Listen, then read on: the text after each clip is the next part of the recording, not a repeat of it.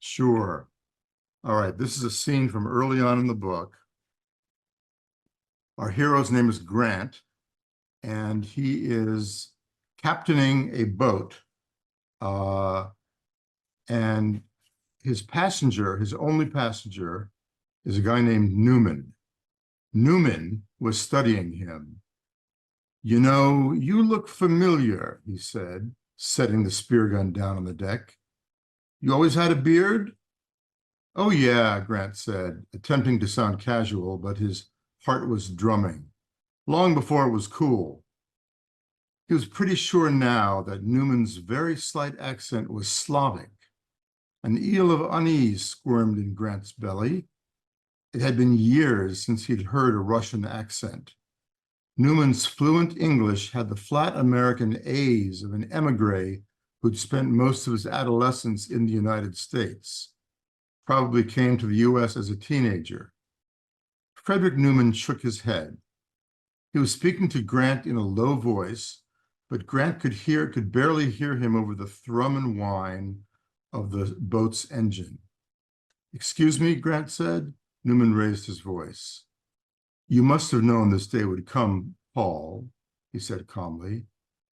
Grant's stomach caved in on itself. He was looking at Newman's face, at the eyes behind those aviators. They were intent, alert, almost the eyes of someone playing a video game, neither cruel nor kind. Grant expected that tick to return, but Newman's face was absolutely placid. "I'm afraid you've got the wrong person, Mr. Newman. I'm Grant Anderson. You know, Paul, everyone dies one day. With me, it's different. Clean, quick, no suffering." Grant caught the quick flash of gunmetal, the man's right hand. Something had taken hold of Grant, something icy and willful and deliberate. His heart was racing, and he felt the first prickles of sweat on the nape of his neck.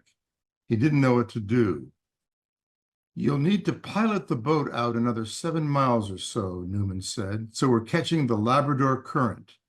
Best to have no body washing ashore." "But you're making a mistake," Grant said.